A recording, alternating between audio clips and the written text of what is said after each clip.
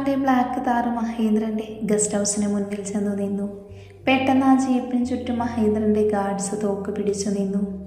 നന്ദു ആ ജീപ്പിൽ നിന്ന് ചാടിയിറങ്ങി. ഗൗരവ്, ഇതെൻ്റെ സുഹൃത്താണ് അർജുൻ. അവൾ ഗൗരവിനടുത്ത് ചെന്ന് ഡ്രൈവർ സീറ്റിലേക്ക് ചൂണ്ടിക്കൊണ്ട് പറഞ്ഞു. ഡ്രൈവർ സീറ്റിൽ ഡോറ് തുറന്ന് അർജുൻ പുറത്തേക്ക് ഇറങ്ങിയതും ചുറ്റും നിന്ന ഗാർഡ്സ് അവരുടെ കയ്യിലിരുന്ന് ഗണ്ണ് മാറ്റി. അർജുൻ സാബ് ഇവിടെ എത്തിയെന്നറിഞ്ഞു. ബോസ് ഒന്ന് ഡൽഹി വരെ പോയേക്കുവാ, വന്നിട്ട് കാണാൻ പറഞ്ഞിരുന്നു. പക്ഷെ അതിനു മുൻപ് തന്നെ ഇങ്ങോട്ട് വരുമെന്ന് കരുതിയില്ല. ഗൗരവിൻ്റെ മുഖത്തെ ചിരിയുമായി അവളുടെ സംസാരവും കണ്ട നന്ദു അമ്പരന്നു. അല്ല അർജുൻ, നിങ്ങൾ തമ്മിൽ എങ്ങനെയാ പരിചയം? അവൾ അന്തം വിട്ടുകൊണ്ട് ചോദിച്ചു. ഞാനും മഹിയും ഗൗരവും കോളേജിൽ ഒരുമിച്ചായിരുന്നു.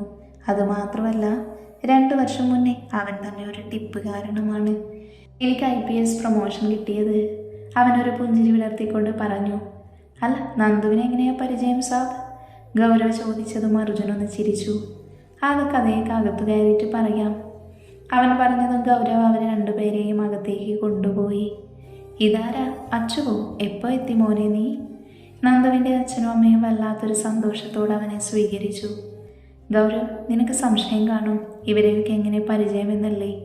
ആരുമില്ലാതിരുന്ന ഞാൻ ഇത്രയും പഠിക്കാനും ഈ ജോലി കിട്ടാനും കാരണം ഇവരാണ്. അവനത് പറയുമ്പോൾ അർജുൻ്റെ കണ്ണുകൾ നിറഞ്ഞു. അല്ല അച്ചു, നിനക്കിവരെ എങ്ങനെ അറിയാം? അവർ സംശയത്തോടെ ചോദിച്ചു. അത് വേണ്ട പോലെ ഞാൻ പറഞ്ഞു തരാം.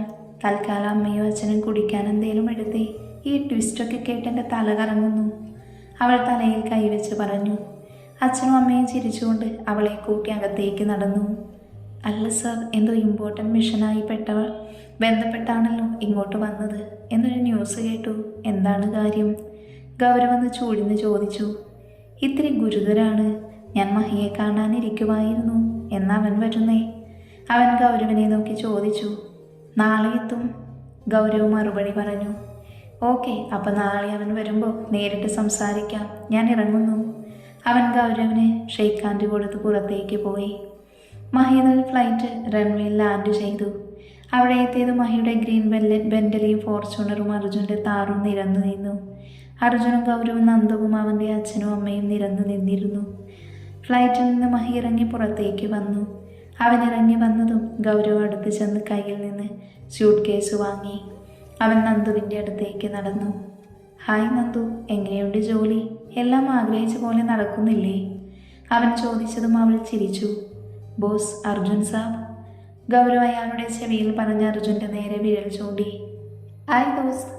മഹി അർജുന് നേരെ നടന്ന് അവർ പരസ്പരം കെട്ടിപ്പിടിച്ചു. നീ ഒന്നുകൂടെ ഗ്ലാമറായല്ലോ മഹി, ഇപ്പം ശരിക്കും രാവണൻ തന്നെ.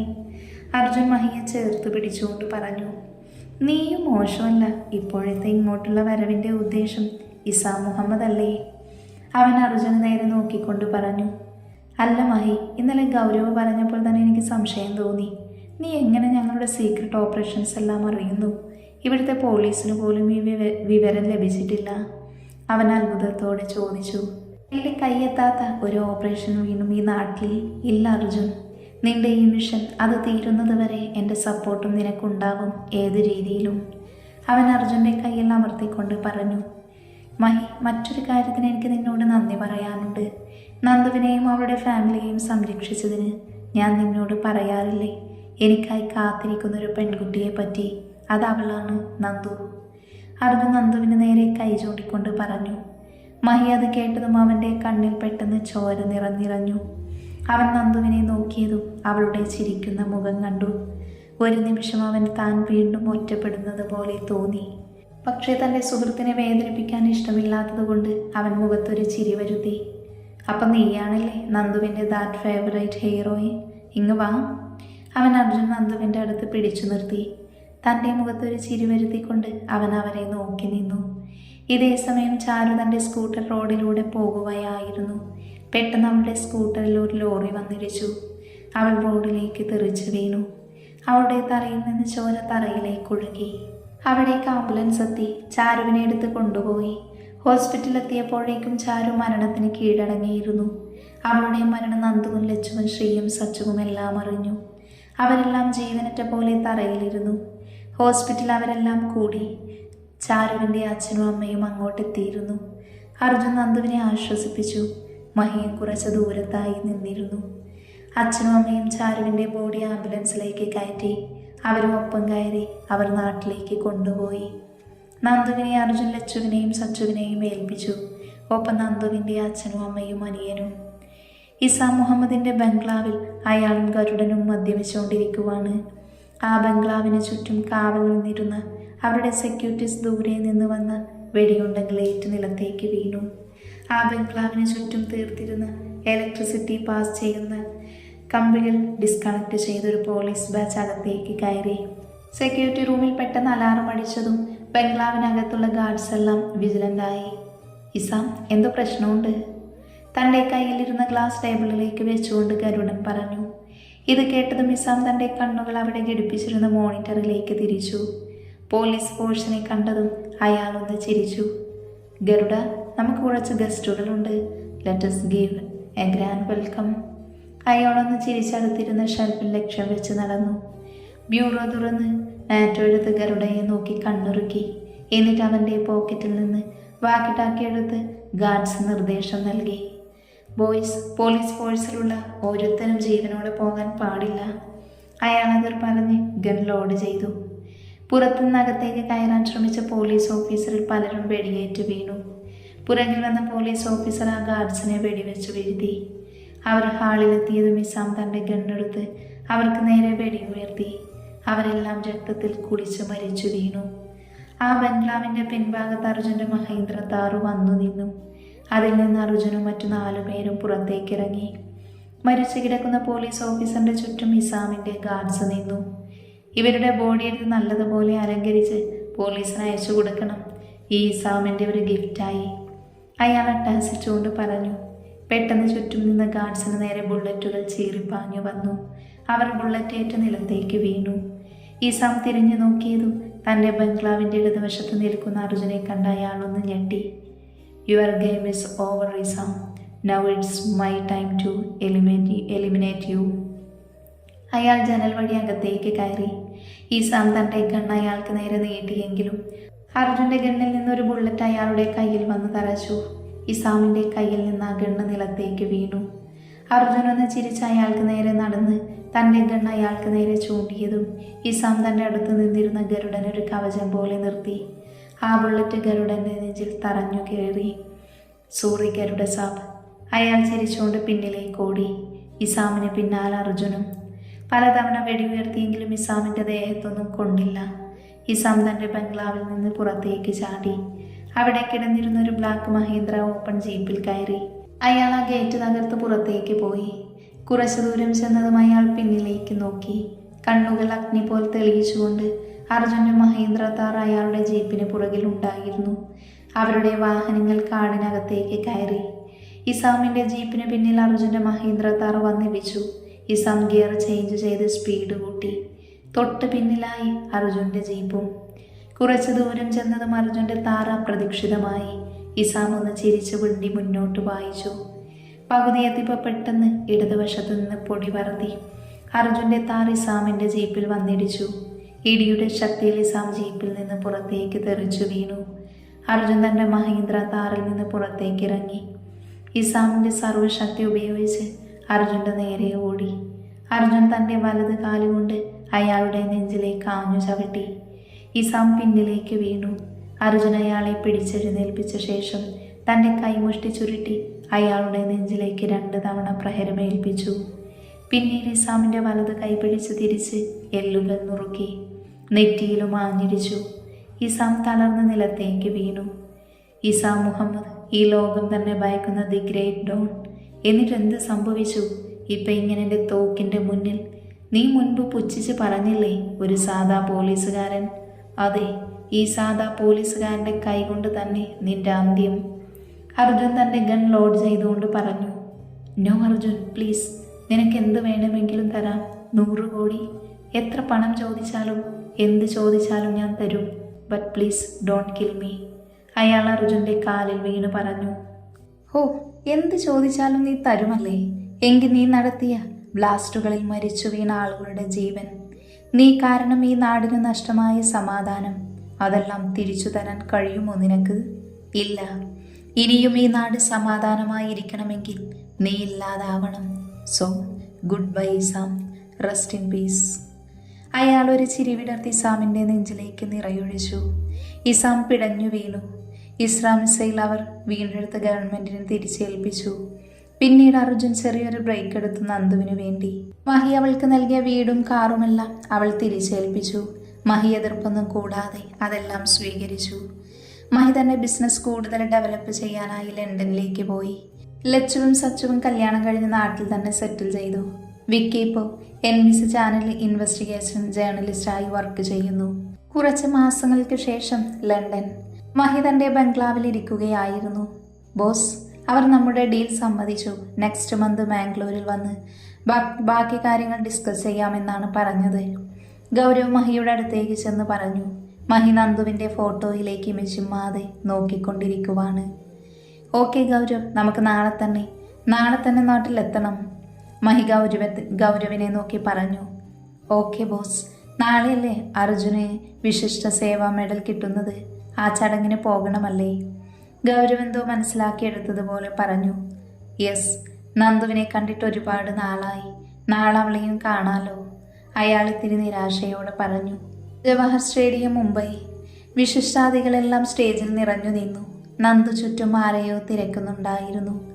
ദൂരത്തുനിന്ന് ഒരു വൈറ്റ് റോൾസ് റോയ്സ് അങ്ങോട്ടേക്ക് കടന്നു വന്നു.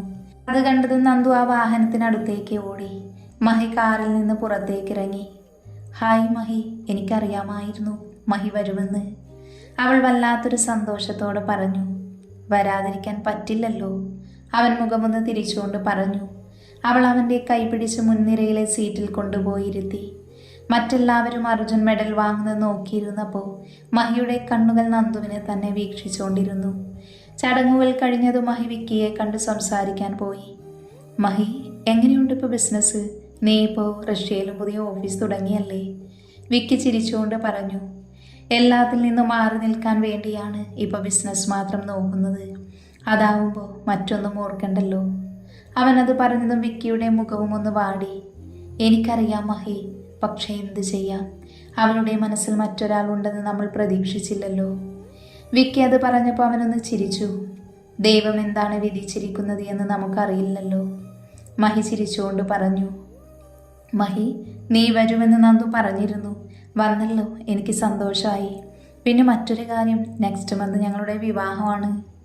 അത് കേട്ടതും മഹിയുടെ കണ്ണുകളൊന്ന് ചുവന്നു. വിക്കി അത് ശ്രദ്ധിച്ച് മഹിയുടെ കയ്യിൽ പിടിച്ചു.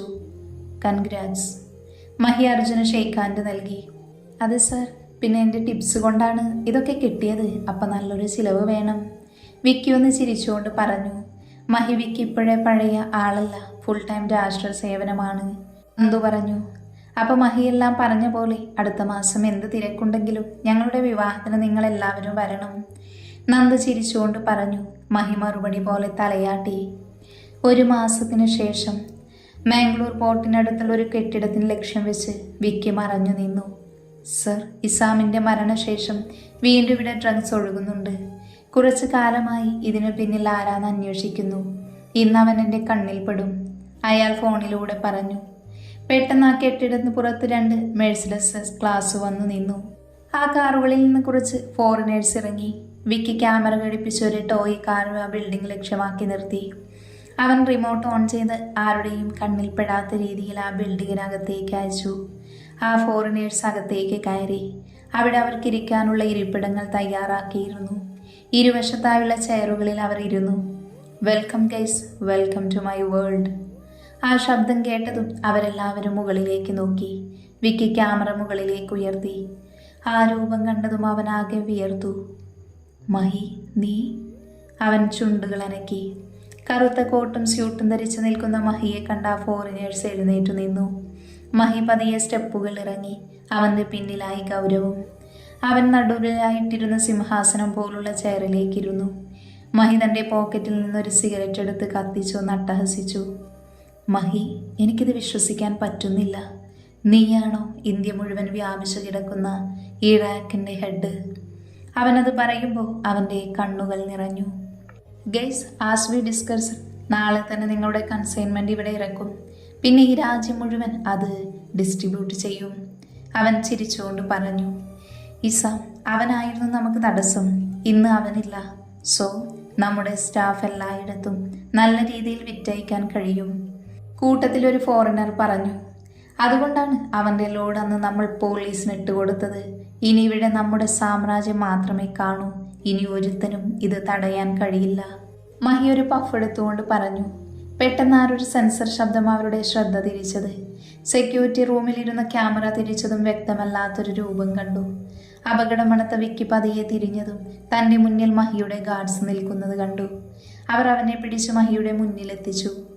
വിക്കി, നീ എന്താണ് ഇവിടെ? അവൻ എഴുന്നേറ്റ് വിക്കിയുടെ അടുത്തേക്ക് നടന്നു. മഹി, നിനക്കൊരു മുഖംമൂടി ഉണ്ടായിരുന്നു എന്ന് ഞാൻ ഇപ്പോഴാണ് മനസ്സിലാക്കിയത്. നീയാണോ ഈ നാടിനെ നശിപ്പിക്കുന്ന വിഷം വിതരണം ചെയ്യുന്നത്? അവൻ വല്ലാത്ത പകയോടെ മഹിയെ നോക്കി. ഓ, അപ്പം എല്ലാം കേട്ടു അല്ലേ? പക്ഷേ എങ്ങനെ? അവൻ ചുറ്റുമൊന്ന് നോക്കി.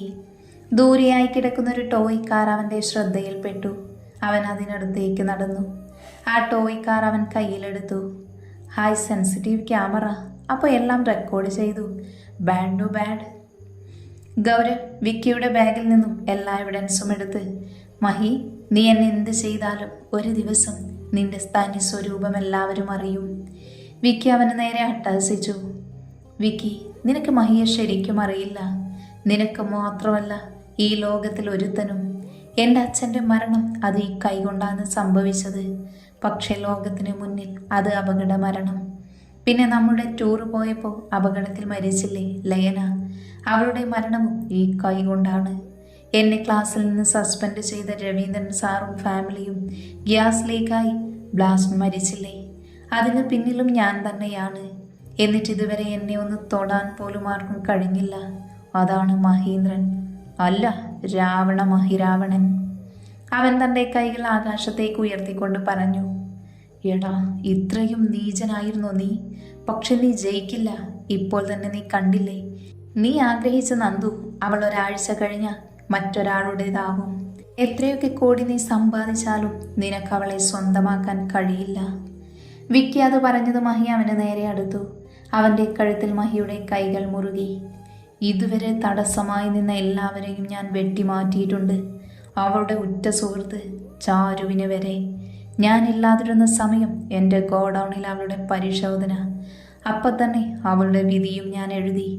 ഇനി അർജുൻ, അവൻ അടുത്ത ആഴ്ച അവളെ കെട്ടില്ല. നന്ദു മഹിയുടെ മാത്രമാണ്, എൻ്റേത് മാത്രം. ഞാൻ വിക്കിയുടെ കഴുത്തിൽ പിടിമുറുക്കിക്കൊണ്ടേയിരുന്നു. മഹി, നിന്നോടിപ്പോഴും ഞാൻ പറയുന്നു, ഇതെല്ലാം അവസാനിപ്പിക്ക്. ഇല്ലെങ്കിൽ നിനക്കെല്ലാം നഷ്ടമാവും. വിക്കി മരണവെപ്രാളത്തിൽ പറഞ്ഞുകൊണ്ടിരുന്നു. ഇല്ല വിക്കി, മഹി നശിക്കില്ല. ഇത് കലിയുഗമാണ്, രാവണൻ്റെ യുഗം. എനിക്ക് അവസാനമില്ല. അവസാനിക്കേണ്ടത് നീയാണ്.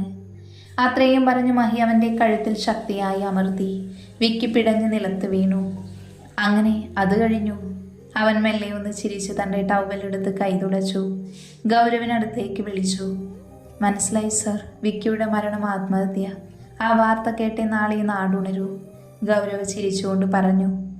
അതുമാത്രം പോരെ ഗൗരവ്, ആ ന്യൂസ് ചാനൽ അത് ഇന്ന് തന്നെ തകരണം.